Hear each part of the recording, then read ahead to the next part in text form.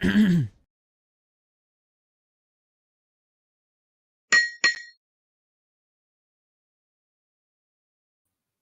morning. Good morning.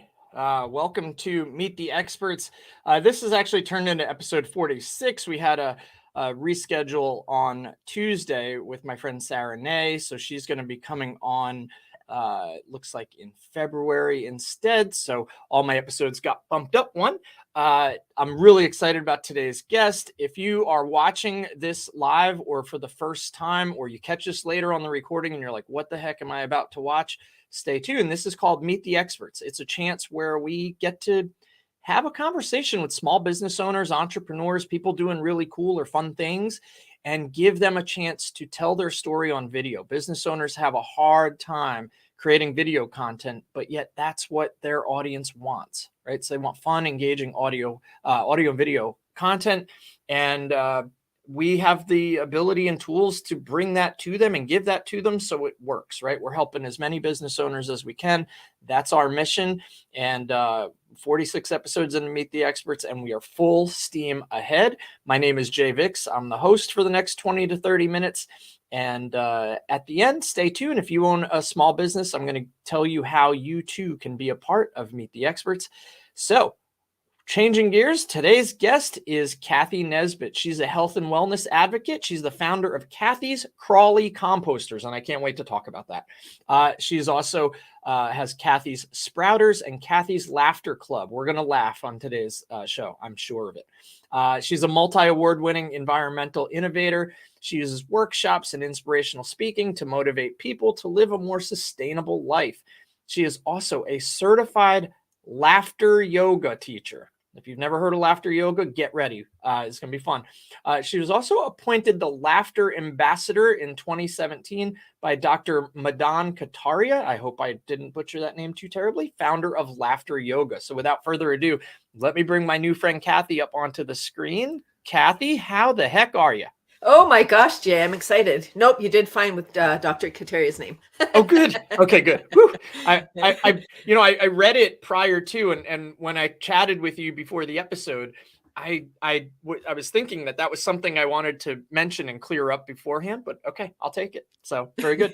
So Cathy, I know you do some good things, some fun things, some different things, some unique things that we're going to talk about today. So just without getting too much into products and services, just tell us a little bit more about who you are and what you do. Well, my working title is Cathy Crawly, Laughing Bean Queen. It's simple solutions for today's challenges. Just worms for amending the soil, sprouts for eating, laughter for overall health and wellness. And what I do with my businesses is my life. That's how I live. I love that. You are living what you're preaching, right? You're doing, you're walking the walk. I love that. All right. Well, those are a couple things. So worms for composting and better soil for better nutrients, for better food, right? The sprouts, because we should be eating it, and then laughter yoga. So let's talk a little bit about those. So what are some of your main products? And then who's your audience? Like, who are you helping? So I started out, with the worms. It's the 21st anniversary of Cathy's Crawly Composters. And I'm located in Canada, just north of Toronto. And 2002, our landfill closed. It filled up. And we started although we're second largest country in the world, we couldn't find a place to site a new landfill. So we started to export our garbage, sorry about this, to the US. 1,000 trucks a week. It's not even funny. I mean, I do school workshops, and I say to the kids, shame on us as Canadians for shipping our garbage out of the country. Double shame on the Americans for accepting our garbage for cash.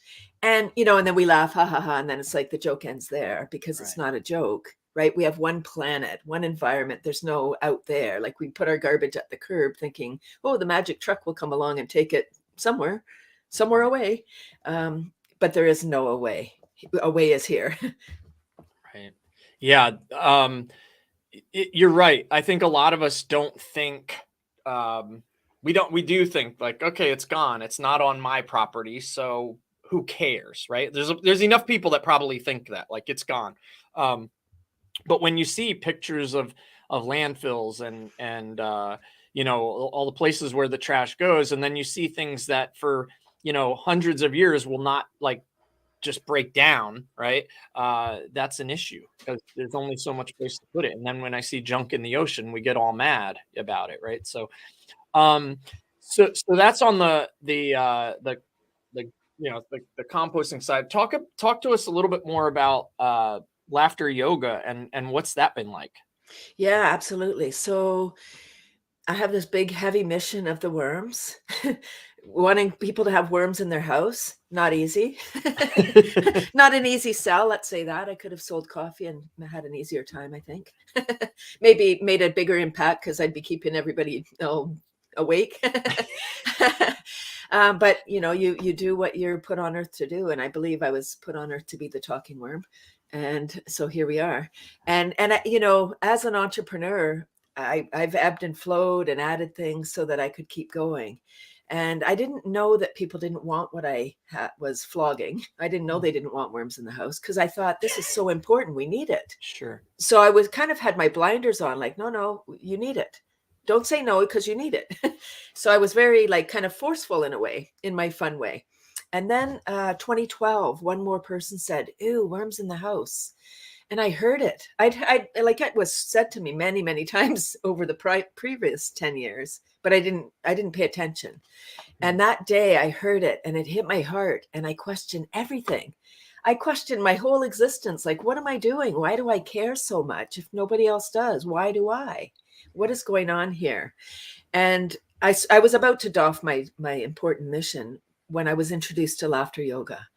And laughter yoga is not about fancy pants or poses. It's not doing yoga and laughing. It's just laughing. How fun. It's not jokes or comedy. So because jokes are cultural. Jokes are about somebody, right? Like, oh, that group of people, haha, this happened. So not funny for them. Not funny for the two people that go into the bar and the joke's about them. Right? So laughter yoga is the yoga part is the practice of laughter and the deep diaphragmatic breathing. So, and have you ever heard that laughter is the best medicine, Jay? All the time. Yeah, absolutely. Okay, so it's true. I haven't met one person yet who has not heard that. And I follow that up with, have you had your daily dose? So dose, dopamine, oxytocin, serotonin, and endorphins. All of these love drugs are secreted when we're laughing and we're playing, versus cortisol and adrenaline when we're stressed. And when we're stressed, so, laughter is the best medicine. It's scientifically proven. Our body needs, so we can live without food or water for a few days. We might be grumpy and uncomfortable, but we could do it. We can only live without oxygen for a few minutes. Right. Laughter forces us, right? When we're laughing, ha, ha, ha, ha, ha, we can't just keep on ha-haing because we're exhaling. We have to, at a certain point, go, so we can keep on ha-haing. Yeah. So the beautiful part is our brain requires 25% more oxygen than the rest of our body as an operating principle. So when we're stressed, we're not breathing properly. We're panting, we're like just shallow breathing. Mm-hmm. So our body's not getting what it needs. For sure, our brain isn't. Ever lost your keys? Mm-hmm. Right? You're flapping around. I gotta go. Where are my keys? Right. And our brain reacts like the amygdala, the stress center of the brain, has not evolved. So when we go into stress, our brain thinks that we're in imminent danger, like we're going to be eaten by a saber-toothed tiger. Yeah. That's how right? Our body acts as if we're going to be eaten, and we're not. We're probably not going to die if we just lost our keys or missed the bus. It's annoying. Yeah. No question. It's frustrating and it's annoying. So laughter just helps us to get out of that. Stress is related to about 90% of today's ailments. If we can manage our stress, we can manage our life. And it sounds so simple, and it is. Yeah. It really is. But laughter, laughter has been squished out of us. I think it was like the Greeks or something. We're like, oh, we can't control the people when they're laughing. So it became like hysterical. Look at those hysterical women. And it was mostly around women, cackling women and stuff. And you really can't control people when they're laughing full on. They're like, forget it. Just wait till they're done laughing. Because, okay, people, we're starting. Everyone laugh. Come on now, take your places. It's like you can't even hear. Right. Because when you're laughing full on, you're completely present. You're not even thinking. You're not thinking, oh, yesterday I said that thing, or tomorrow. You're completely present. So when we laugh, it doesn't take away our problems. It helps us cope better. That's really interesting. I thought of so many things when you were saying that, and then I'll pivot us back to the worms and the composting. And I do like now how we've kind of tied the two together. I think about this often. If I'm ever in like a workshop or a movie or in a crowd, in a group, right? And maybe I'm starting to drift, like I'm starting to go over here when everybody else is fully engaged. If all of a sudden everybody starts laughing, I immediately become present, and I'm like, wait, what did I miss? Like I'm missing something big that was funny that would make me happy, right? And I always feel like, and I have the ability to daydream a little bit, but that always brings me back to the now, the present, the reality. And it's so interesting that you said that. It's immediately what I thought. The other thing I thought of when you said it was that the laughter's being forced out of us or pushed out of us. And I find it very true. I often wonder why, as a child, I seem to be laughing hysterically all the time, so much that it hurt my belly, and everything seemed so funny because everything was so new. And I feel like as we get older, we start to get jaded and things aren't as funny and we don't laugh. And that sense of like pure laughter kind of does go away. And now I have a 7-year-old. And when she starts laughing, I mean, it makes me laugh because she gets hysterical. And I remember those feelings from when I was a child. And I often wonder like why that is. But you're right. I think it is being kind of pushed out of us. And we're in our head. Now we live in our head rather than in our heart. We really do live a lot in our logic. We think we can think our way out of things, and we need to feel our way out.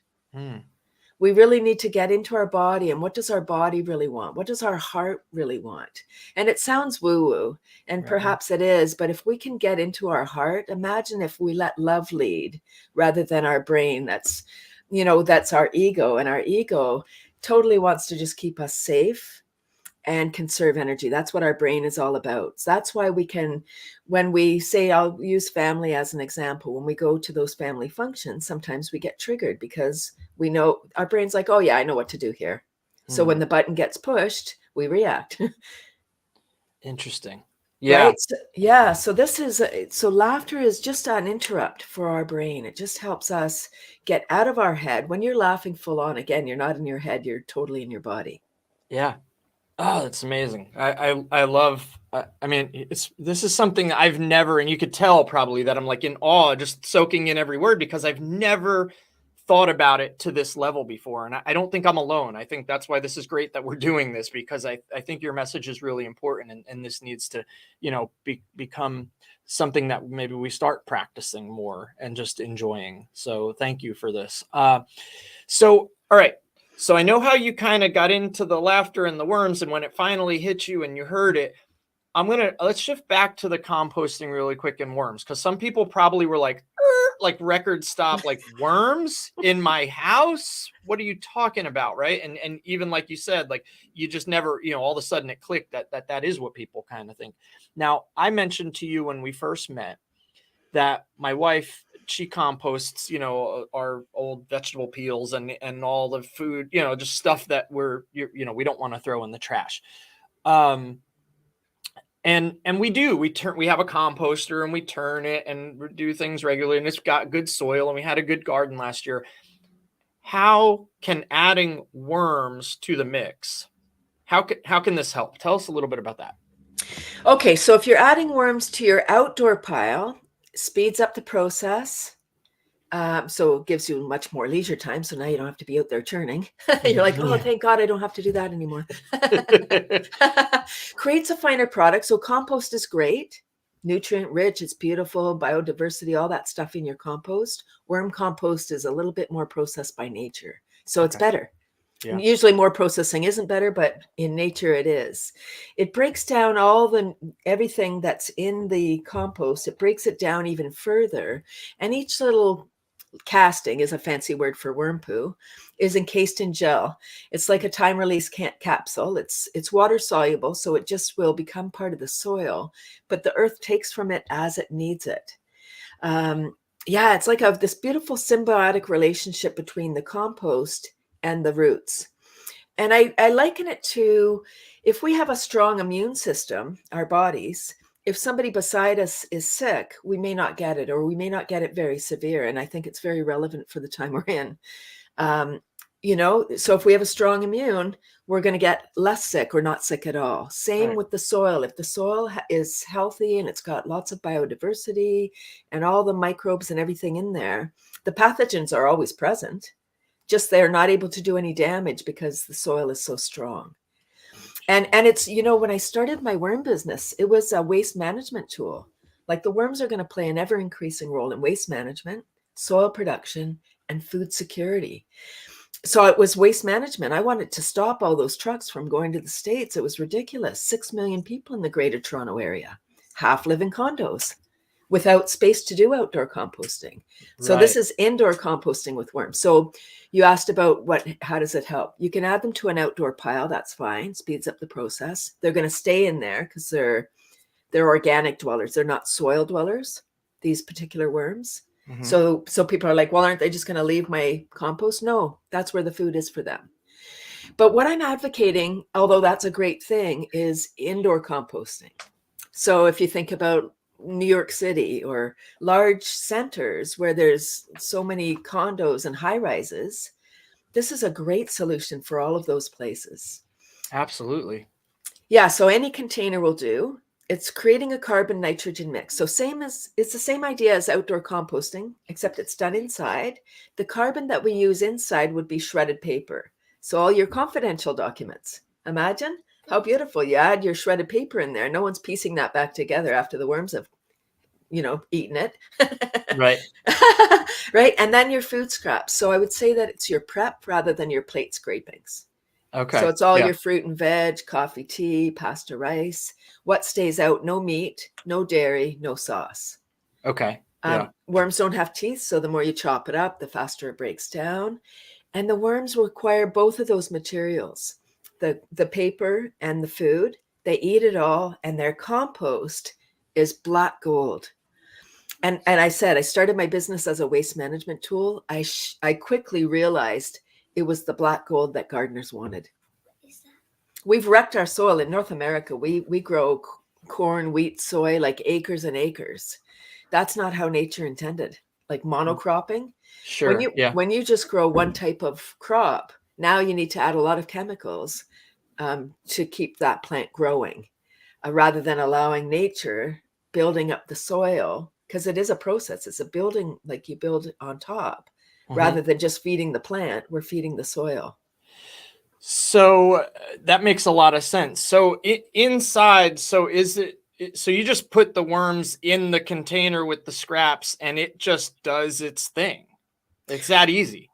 It's that easy. It sounds, of course, you don't want fruit flies and you don't want other critters. So you do need to manage it more than outside, because outside, if you have fruit flies, they're just decomposers. Right. And people are like, oh, yeah, I don't want fruit flies. So I say, have you ever had fruit flies? And I wait for people to say yes, because just about everybody has. And then I say, good. Have you had a worm bin before in your house? No. Good. Okay. So you know that the fruit flies don't come from the worm bin. Right.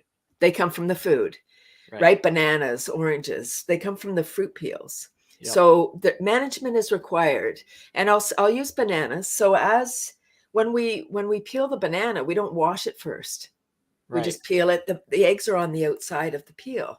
So then if we put that banana peel in our worm bin, it's the perfect environment for the fruit fly eggs to hatch and then fly around and bug us. Interesting. So what do you wash it before you put it in there? You could do that. You could wash, like just give them a quick rinse. The fruit fly eggs are really fragile, so they're just going to wash away. Okay. And then burying your food in the bedding. So you want to cover it with the paper, with the foods, with the bedding. So then it's kind of like a carbon filter. Yeah. You know how you have carbon filter for smell? Same idea. So then if there's fruit flies in your house, they're not going to make their way into your worm bin. That's wild. It makes a lot of sense, and it's not, again, it's something where like we think we're doing this, but then it's like there's a whole nother level to composting that you've opened my eyes to. I'm gonna keep moving along. This has been fascinating, but we could probably end up with an hour-long episode, which is not the intent of this. But that's really good stuff. I think I would encourage people to look into composting, because there's a lot of food out there the soil is being wrecked by factory farming and people that are forced to put pesticides on crops, and then it continuously degrades the soil, and GMOs and making, making things from science rather than from like just natural growth, is something that I've been aware of for a long time, and it's kind of scary. So, but yeah, so definitely I would encourage and strongly suggest people to, and I should have put this up and I forgot because I got so enthralled in what you're saying, but if you want to learn more about Cathy, you could join her online laughter club, cathysclub.com. It's Tuesdays, 9:30 a.m. Eastern. And just reach out to Cathy too about worm composting, because she's been doing this a long time. With that being said, since you've been in this, you don't make it 20 years in business if you're not getting some customers, some results, right? People are happy. Has there ever been a customer who said something to you, like they got this win or a testimonial that just, if somebody said, hey, what do people say about you, that you're like, yes, this, and what goes through your head? Any wins or testimonials you could share? Yeah, for the worms, oh my gosh, I would say people have sent me photos of their gardens, of their lush vegetables that they've grown. I do a lot of school workshops. Over 75,000 students have seen my presentation. Before 2020, I was doing between 100 and 200 events a year. I don't want to do that again. I don't want to be the hamster anymore. I got to be there. I got to be there. Although I loved it. I mean, it was really, really great. And at those events, 20 years, I used to say that once I started school workshops, now I just need to wait 20 years for the students to have buying power. Youpee, I made it. And I've been at events more than once where people have come up to me, young folks, and said, you came into my grade 3 class, and because of you, I took environmental studies at college or university. Wow. And now I'm an environmental lawyer. And I'm just like, wow. It doesn't get better than that, Jay. Like getting confirmation that you affected somebody's decision, how they're going to live their life, like what they do for a living. It's big. That's massive. Yeah. It's big, and we never know. I say to the young folks today, like, we never know. Be nice to people, be kind, go outside of the norm, go over the top serving people, because we never know the impact we're going to have. Say hi to everybody that you meet on the street, make eye contact, because you might just be changing somebody's day, and you might never know. It's fine to never know, but what a gift when you do know. I'm so happy you said that. There's an old saying, and everybody wants to attribute who said it to a different baseball player, but is some former baseball player. I want to say it was Lou Gehrig, and I'm totally wrong about it, I'm sure. But somebody had asked a famous baseball player one time, why do you show up every day and play so hard every day when you're one of the best in the game, and you could probably take some, downtime, or you don't have to hustle as much? And he said, somewhere in those stands, a kid is watching me for the first time, and I don't want to let him down. Mm-hmm. Right. And so he feels like he has to give it his all. And I feel like there's people, whether it's a musician in a band, whether it's a teacher, whether it's somebody that spoke to you, you like you said, you never know when something you said is going to change the direction that someone wants to take their life. And maybe you're instilling a work ethic or an idea or something, and then they take it and run with it. And I think that's the best flattery and best testimonial you can get. Yeah. Cool. Just a couple more questions. We've got this one is called Earned It, Learned It, Proved Your Authority. So any titles or certifications that you have that you're really, really proud of? I'm so thrilled to be a laughter ambassador. Yes, and you know, I'm a laughter teacher, laughter leader, laughter teacher. I teach others. Getting that badge of the laughter ambassador, I feel like an ambassador because I Yep. laugh all the time. Laughter yoga has given me permission to laugh more, louder, longer, harder, and it's really a gift because it's just high vibration. So having the moniker of laughter ambassador it's a badge of honor that I wear.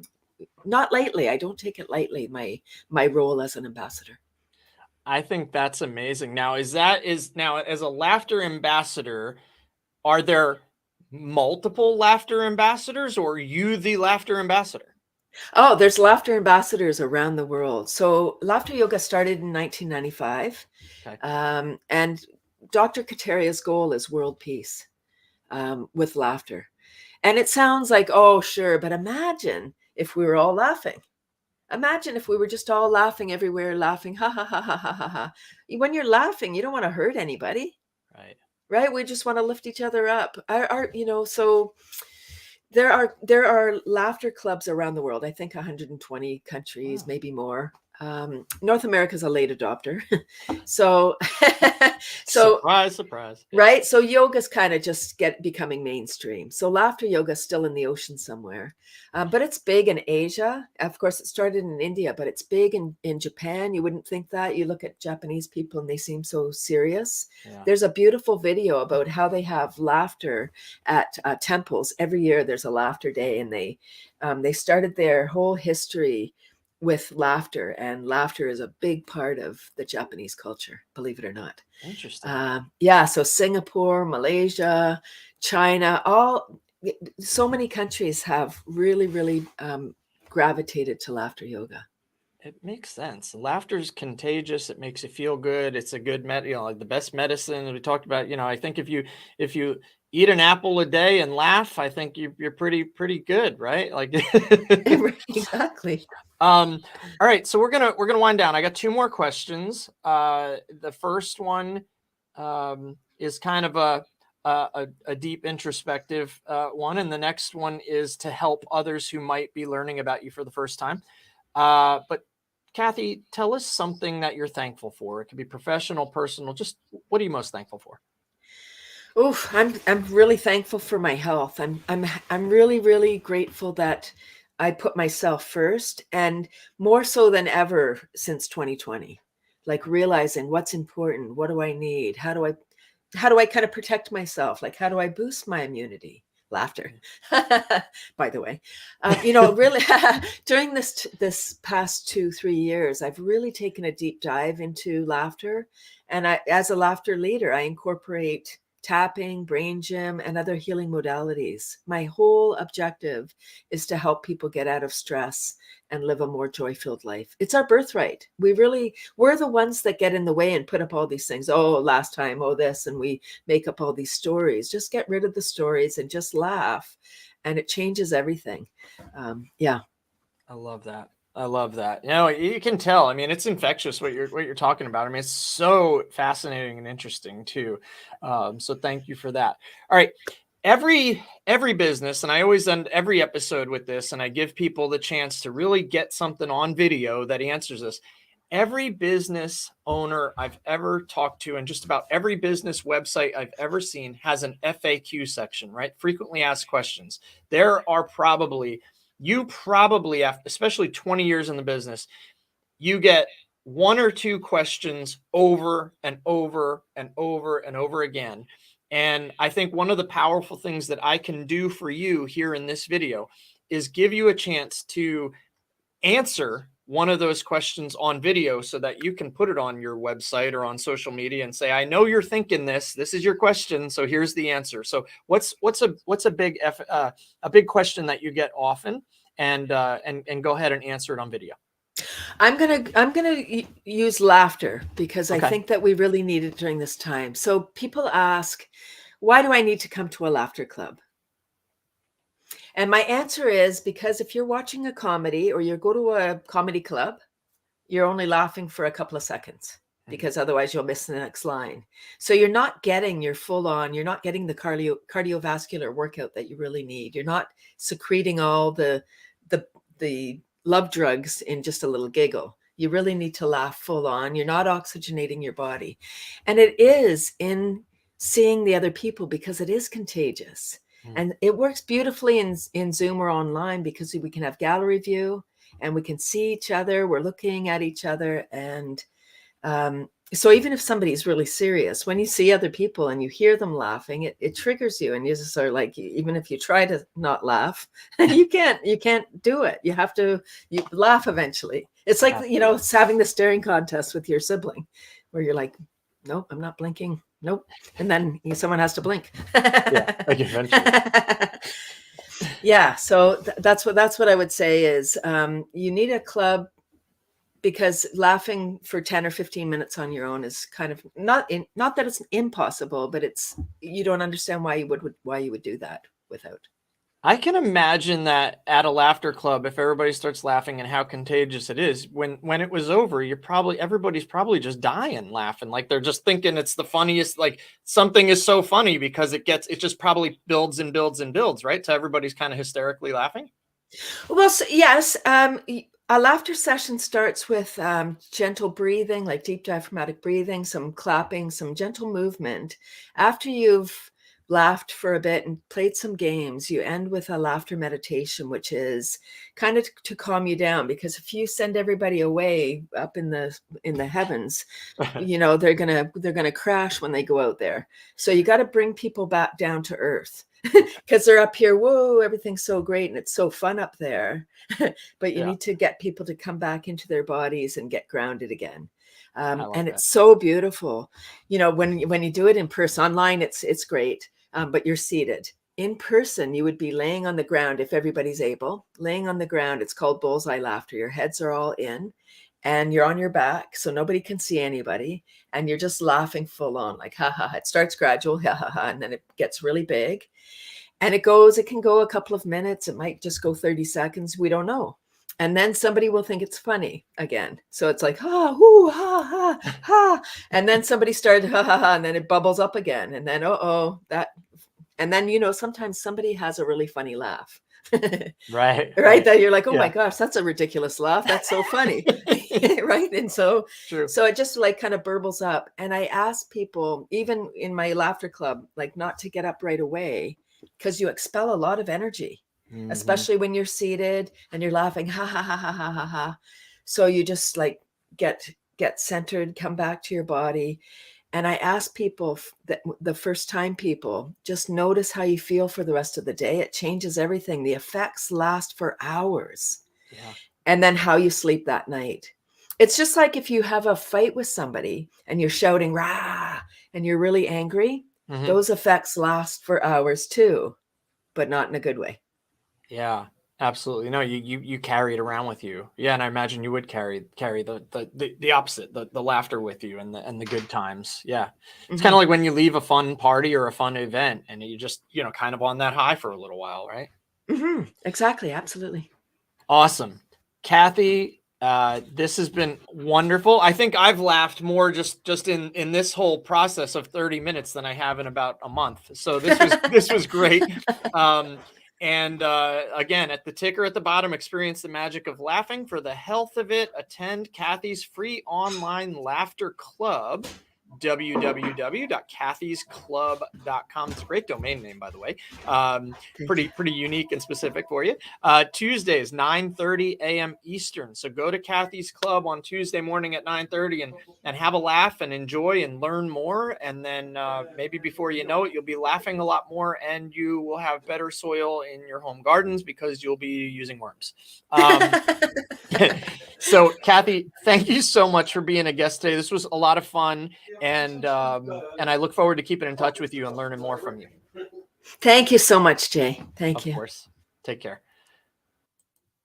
That was awesome. I love, I just love learning about people and what they do and learning these new things that I don't really think about. I mean, how often do we think about a lot of the things that we don't know what we don't know, right? So when we find something new that 47 years into my life, I'm like, wow, that's like mind blowing. It's revolutionary. It's so new. It's wild. It's one of the it's probably the biggest reward I get from hosting this show, is meeting these new people and growing my network. So now I did promise that if you stuck around and you're watching this, or you're just catching the tail end of this, that if you own a small business, an established business, 3+ years, and you have a hard time creating content for your business, whether it's video, writing, anything, this show, being a guest on this show, can literally in 30 minutes or less give you a year or more's worth of content, right? And you can take the video and you can transcribe it to written content. You can put the videos out on YouTube, social media, website, email, wherever you'd like. A lot of business owners just won't do the videos. So if you want to be a future guest on Meet the Experts, it's so simple to be a guest. It costs you nothing to be a guest.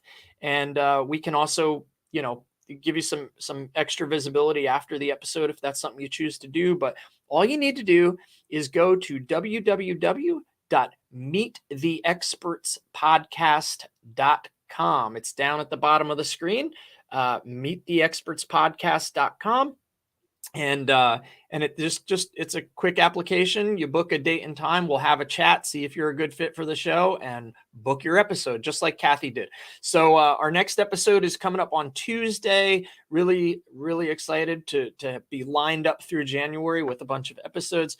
But looking forward to having you tune back in next week. And as always, I hope you have a wonderful day, a wonderful weekend, and we will be in touch very, very soon.